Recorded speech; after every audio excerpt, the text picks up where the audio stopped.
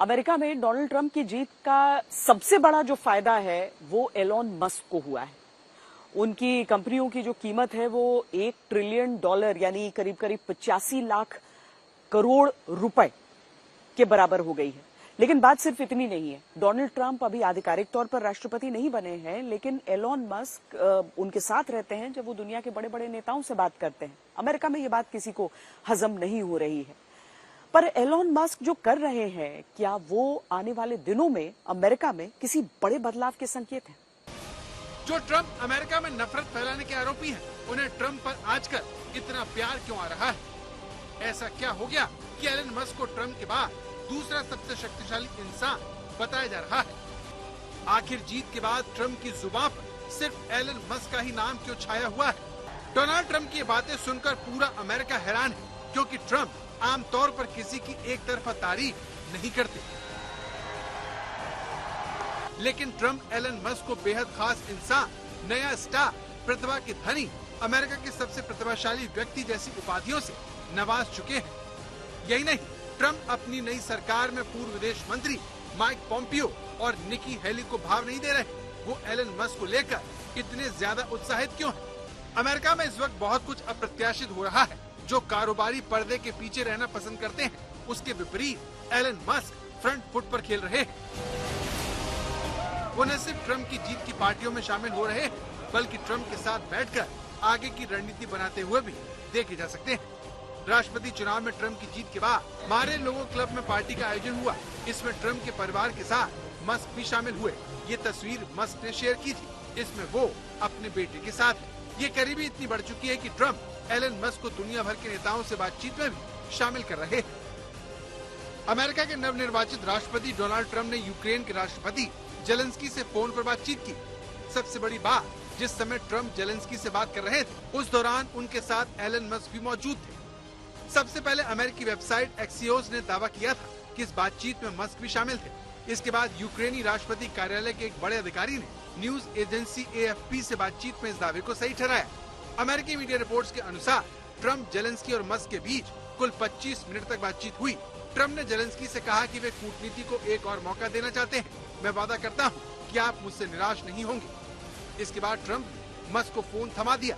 Musk की Zelensky से बातचीत हुई। जेलेंस्की ने यूक्रेन को इंटरनेट मुहैया करवाने के लिए मस्क का धन्यवाद दिया।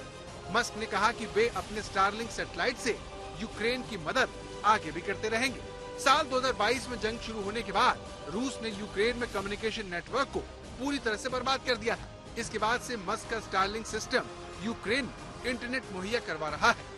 इससे पहले तुर्की के राष्ट्रपति एर्दोगन ने गुरुवार को कहा था कि उन्होंने डोनाल्ड ट्रंप से बातचीत की थी। उस समय ट्रंप और मस्क साथ में डिनर कर रहे थे। इस दौरान मस्क का बेटा भी उनके साथ था। एर्दोगन ने बताया कि उन्होंने ट्रंप से मिडिल ईस्ट में जंग को रोकने की अपील की थी।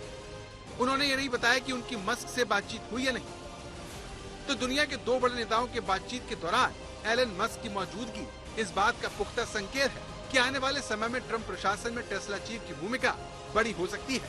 ट्रंप पहले से ही कह चुके हैं कि वे अपने आने वाली सरकार में मस्क को किसी सलाहकार की भूमिका में शामिल करना चाहते हैं, जिसके बाद एलन मस्क को लेकर कई तरह के सवाल उठ रहे हैं, क्योंकि अमेरिका में ऐसा पहले कभी नहीं हुआ कि उसका एक बड़ा उद्योगपति राष्ट्रपति के कामकाज में इस तरह न सिर्फ शामिल हो, बल्कि नवनिर्वाचित राष्ट्रपति दुनिया भर के नेताओं से बातचीत के दौरान उसे मौजूद रखे। आखिर डोनाल्ड ट्रंप एलन मस्क को इतनी अहमियत क्यों दे रहे हैं? डोनाल्ड ट्रंप जब दूसरी बार राष्ट्रपति पद का चुनाव हार गए थे, उसके बाद से बहुत सारी चीजें हुई। उन्हें ट्विटर ने यानी सोशल मीडिया प्लेटफॉर्म ट्विटर ने बैन कर दिया था। वो पूरी तरीके से जो मेन स्ट्रीम मीडिया है उसमें अलग थलग पड़े हुए थे। ऐसे में एलोन मस्क ने ट्विटर को खरीदा, उस प्लेटफॉर्म का नाम बदला। वहां पर डोनाल्ड ट्रंप आराम से कोई भी बात लिख सकते थे, उनके पक्ष की भी बातें होती थी वहां पर। इन सारी चीजों के लिए धन्यवाद भी किया डोनाल्ड ट्रंप ने एलोन मस्क को। लेकिन इसके साथ ही जिन राज्यों में डोनाल्ड ट्रंप कमजोर थे, वहां पर समय बिताया, पैसे खर्च किए एलोन मस्क ने। अब सवाल ये उठ रहा है कि 53 साल का एक उद्योगपति जो कि दक्षिण अफ्रीकी मूल का है, उसने अपना इतना पैसा, इतना समय, इतना ज्ञान आखिर क्यों खर्च किया?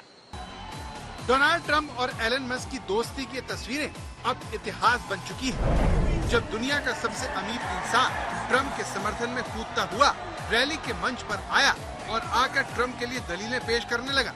दुनिया के सबसे अमीर शख्स मस्क ने ट्रम्प के लिए खूब प्रचार किया। वो पहले ऐसे चर्चित कारोबारी बन चुके हैं जिन्होंने खुलकर ट्रम्प के पक्ष में प्रचार किया और ट्रम्प के प्रचार में करीब 900 करोड़ रुपए से ज्यादा खर्च किए।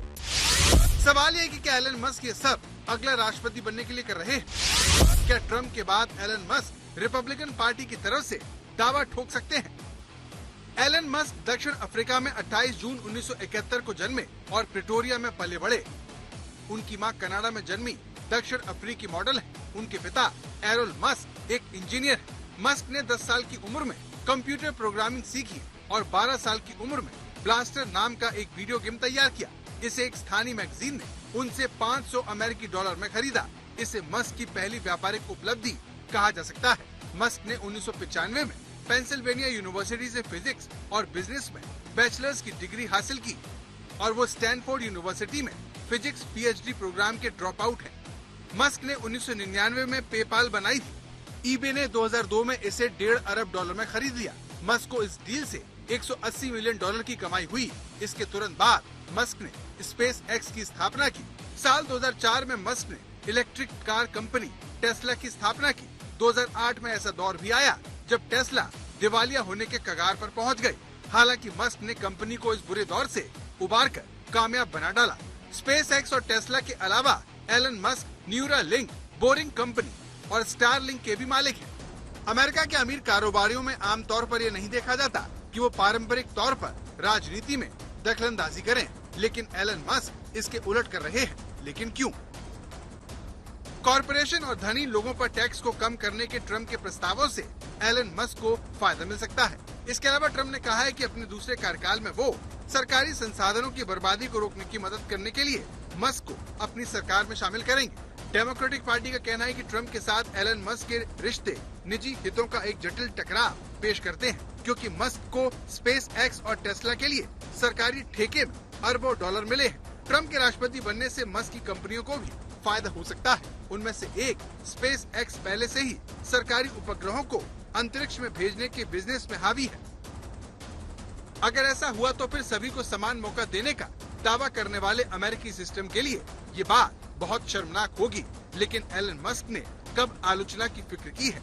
ऐसे में आने वाले दिनों में ट्रम्प और मस्क की जोड़ी कई विवादों में घिर जाए तो किसी को आश्चर्य नहीं होना चाहिए। डोनाल्ड ट्रंप और एलन मस्क के बीच जो संबंध है उसे अगर अमेरिका में हैरानी से देखा जा रहा है तो डोनाल्ड ट्रंप और पुतिन के बीच भी अच्छे संबंध बताए जाते हैं। अमेरिकी मीडिया का दावा है कि डोनाल्ड ट्रंप और पुतिन के बीच बातचीत हुई है। हालांकि रूस की तरफ से इस खबर को खारिज किया गया है, लेकिन दिलचस्प बात यह है कि जिस तरीके से डोनाल्ड ट्रंप और एलन मस्क के अच्छे रिश्ते हैं, वैसे ही बताया जाता है कि एलन मस्क और व्लादिमीर पुतिन के भी रिश्ते अच्छे हैं। क्या ट्रम्प और पुतिन के बीच कुछ खिचड़ी पक रही है? ट्रम्प और पुतिन के बीच करीबी के आरोप बरसों से लगते रहे हैं, इसीलिए पुतिन अमेरिकी चुनाव का एक बड़ा मुद्दा था। ट्रम्प जीत के बाद जिस तरह से यूक्रेन युद्ध को रुकवाने के लिए सक्रिय हुए, उसके बाद खबर आई कि ट्रम्प और पुतिन के बीच फोन पर बातचीत हुई है। लेकिन इसके बाद रूस की तरफ से इस खबर का खंडन कर दिया गया। रूस ने दोनों नेताओं के बीच बातचीत से साफ इनकार किया। क्रेमलिन के प्रवक्ता ने कहा कि अमेरिकी मीडिया में चल रही रिपोर्ट्स गलत है। दोनों नेताओं के बीच कोई बातचीत नहीं हुई। इससे पहले अमेरिकी मीडिया ने दावा किया था कि ट्रम्प ने पुतिन को यूक्रेन जंग को और आगे न बढ़ाने की सलाह दी और उन्हें यूरोप में अमेरिकी सेना की मौजूदगी की भी याद दिलाई। रूस भले ही इनकार करे, लेकिन ट्रम्प ने जिस तरह से चुनावों में यूक्रेन युद्ध को रुकवाने का वादा किया है और वो इस काम को जल्द से जल्द खत्म करने के लिए उतावले दिखते हैं, उसके बाद आज नहीं तो कल वो पुतिन को फोन लगा सकते हैं। ट्रम्प के आने से जहां जेलेंस्की परेशान है, वहीं पुतिन की तो मानो लॉटरी लग गई है, क्योंकि अगर इस वक्त युद्ध खत्म हुआ तो फायदा उन्हें ही होगा। अमेरिका के नवनिर्वाचित राष्ट्रपति डोनाल्ड ट्रम्प के एक पूर्व वरिष्ठ सलाहकार ने कहा कि ये नया प्रशासन यूक्रेन को कब्जे वाले क्षेत्र को वापस लाने में मदद करने की बजाय शांति की स्थापना पर ज्यादा जोर देगा।